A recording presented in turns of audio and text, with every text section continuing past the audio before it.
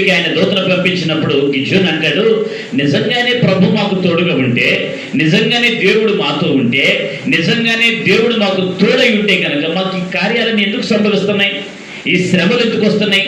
ఈ కష్టాలు ఎందుకు వస్తున్నాయి? ఈ ఇబ్బందులు ఎందుకు వస్తున్నాయి?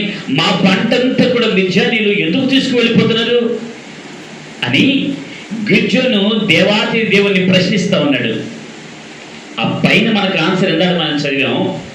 నీకు శ్రమలు, కష్టాలు, ఇరుకులు, ఇబ్బందులు ఎందుకు వస్తూ ఉంటాయి అంటే, దేవుని మాటను దూరం చేసినప్పుడు, దేవుని మాటను లక్ష్య పెట్టినప్పుడు, దేవుని మాటకు నువ్వు భయం కలిగి జీవించినప్పుడు శ్రమంతా అదంతటికి అవే వచ్చేస్తామండి. నేను గత వారం కూడా చెప్పిస్తామో, ఎప్పుడైతే మనం దేవుని మాటను ప్రక్కన పెడతామో, ఎప్పుడైతే దేవుని యొక్క సేవకుల మాటకి భయపడకుండా బ్రతుకుతామో, ఆటోమేటిక్గా సాతాను గారికి అవకాశం వచ్చేస్తుంది.